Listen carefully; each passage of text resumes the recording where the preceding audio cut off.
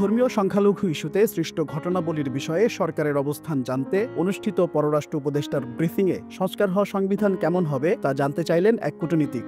বিশেষ করে বিদ্যমান সংবিধান বাতিল করে পুনর্লিখন হচ্ছে কিনা এবং নতুন সংবিধান ধর্মের পক্ষে নিরপেক্ষ হবে কিনা তা জানার আগ্রহ ছিল পূর্ব এশিয়ার ওই রাষ্ট্রদূতের। রাষ্ট্রীয় অতিথি ভবন পদ্মায় অনুষ্ঠিত ব্রিফিংয়ে উপস্থিত ছিলেন সুইডেন এবং সংযুক্ত আরব আমিরাত ছাড়াও ঢাকাস্থ প্রায় সব কূটনৈতিক মিশনের জ্যেষ্ঠ কূটনীতিকরা। কূটনীতিকের করা সেই প্রশ্নের তাৎক্ষণিক জবাব দেননি উপদেষ্টা। দূতদের তিনি জানিয়েছেন, বিদ্যমান সংবিধান এখনও বহাল। প্রয়োজনীয় সংস্কার আনতে সংবিধান বিষয়ে পড়াশোনা এবং অভিজ্ঞতা রয়েছে এমন প্রতিনিধিদের নিয়ে একটি স্বতন্ত্র কমিশন গঠন করে দিয়েছে সরকার। ডিসেম্বরের সমাপনীতে সুপারিশ সহ তারা তাদের রিপোর্ট জমা দেবেন। সেই রিপোর্ট নিয়ে সরকার এবং স্টেক হোল্ডারদের মাঝে বিস্তৃত আলোচনার পর চূড়ান্ত সিদ্ধান্ত আসবে। তারপরই বলা যাবে সংবিধান কেমন হবে।